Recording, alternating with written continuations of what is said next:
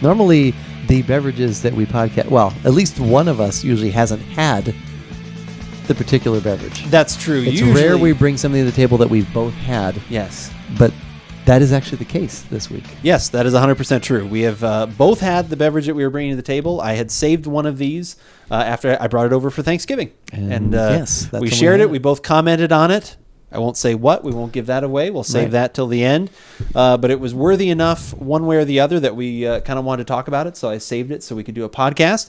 So we have a beer from Almanac Brewing for this. Give it a shot. I'm Andrew. And I'm Keith, and we are AboutBeverages.com. And the beverage that we are about today is the Almanac Barrel-Aged Peach Sournova. Yeah, I kept saying Supernova. And Yeah. then I read the can today. I was like, oh, no, they actually were very clever. It's Sournova. Yes. This is a beer that they do a few different versions of. I've seen the blueberry one at, Okay. Total Wine. Okay, I have, like I said, when I was looking for the graphic that we have up here for everybody, I saw a raspberry Sournova as well. So they do probably a lot of different kinds of fruits because they do a lot of the farm table kind of thing. They always kind of make a big deal about that kind of stuff. So this is a sour ale aged in oak barrels with peaches, nectarines, and vanilla beans. Nice. And so this is not like a kettle soured. This is an actual, spends a little time. So. Actual sour. I got this in a 4-pack. It was, for Almanac, less expensive. I believe it was around $18 for the 4-pack. So not too bad. These are pint cans. Right. Like I said, so I felt, like I said, that wasn't too bad. Not that I wouldn't pay more for Almanac because their stuff is usually pretty amazing. Yes, that's true. But definitely on the pricier side. So...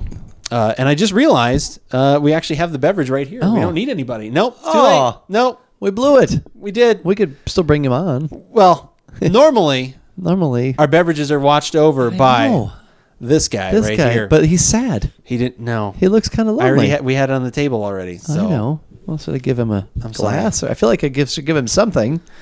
This is the first time he's actually looking. I think he's actually sad. He is. Phil usually is kind of more pensive? of like a focus kind of look. Tear. Oh my gosh.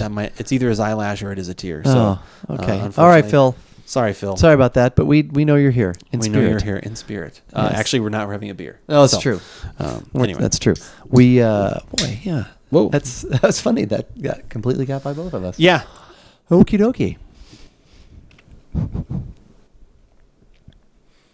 It's good that we're doing this again, though, because even though I do in general remember there was pie, there was a lot of hectic craziness going on since it was Thanksgiving. So that's true. I'll be able to enjoy it in a much more controlled, and analytical environment. Yeah, no, it's amazing when we've done this before, where we have either both had something or you've had it or whatever. As soon as we start discussing, you're like, you know what, I didn't notice this the other day, and there's just something to being with.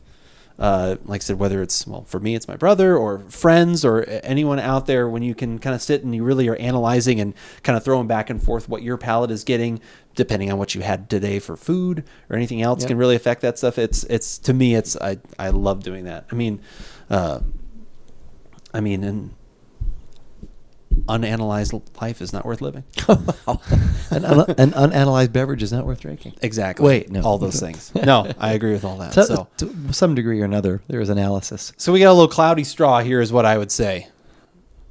Yeah, there's a little hint of orange maybe in there, but at least that actually is... You know, you're right. There might be. There is actually a little haze in this one. Yeah, unlike something that we had off of on the live show that we do. That was... Yeah. But we won't get into that. No, we won't. You can watch our show at twitch.tv/AboutBeverages. That's correct. Yeah. See us chat that way. You'll see some of the before math. You definitely get the sour, the funk. Some mild sour funk. It's not like it's like Brit or anything like that. No, not at all. No, the peach definitely comes through. That fruit is in there, a little bit of sweet, which is nice. And then there is like a little bit of a woody. There is something else going on in there too that's playing about. But yeah, it's aromatically awesome. I love this one. It's so good. It's a good thing that you're playing it close to the vest. Yeah. Don't tip your hand or anything. Don't tip my hand. Ooh, just the right amount of tart, mouth-watering goodness there. Yeah, what I really love about this beer is that it's not I mean, the tart is very focused on my tongue. Like I said, it kind of hits in the middle. But what I Right. love about it is that because of the fruit component that's still in there as well, it seems to spread out a little bit. You get a little tart kind of around the sides of your tongue. My mouth is watering a little bit. The peach really comes through nice. There's still a little bit of sweet. There's just a lot of complexity in this beer. It's not just like... And I like some beers that just like literally just hit you with like a really strong sour tart note or whatever. But this just has extra complexity in it. And that tart is definitely there, but it's not...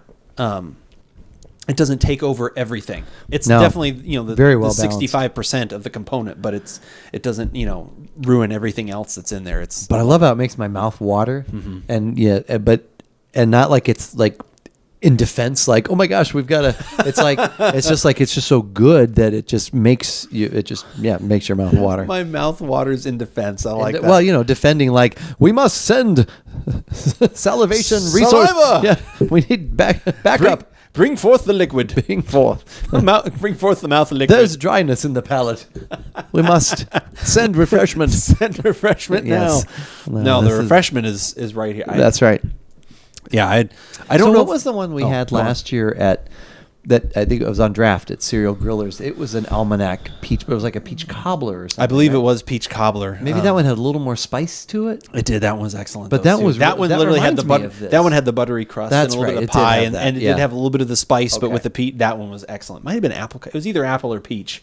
But it was peach. That one was excellent at having that on draft. Like I said, I think that was recommended by someone when that they had it, and all of a sudden I saw it on draft, and we are like, oh god, we have to get this. And we got to get back down. I haven't been down there in a while. Yeah, I haven't either. We need to get to Cereal Grillers. Well, we'll be going to some other places tomorrow, so I guess we could do that.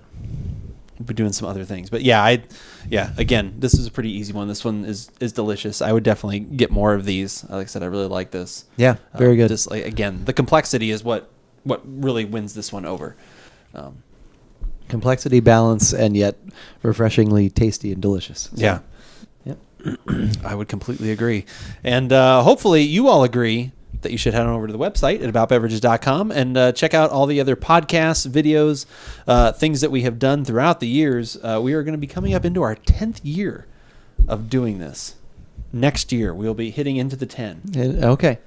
Right? We started, that what we were discussing, it was informative stages in 2008, and I think it's 2009. Yeah. So, you're right. So we'll be hitting our 10th year. We'll be definitely doing some sort of celebration for that. Yep. So stay tuned for those types of things. But if you are not wanting to go to the website for some reason, I don't know why, because everything is there. You won't miss out on anything.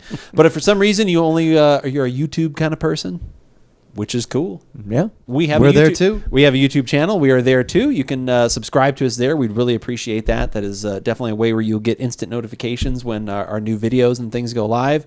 And speaking of live, if you actually want to see us live, like full on live, we are most Thursdays. You can find us on twitch.tv/AboutBeverages.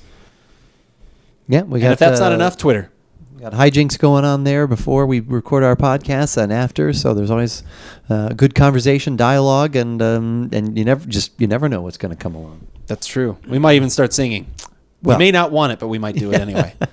We might do that in the podcast too, but there was a lot more of it on the missed live out feed. on all that. It's true. But as we always say, whether we like it or not, you should give it a shot.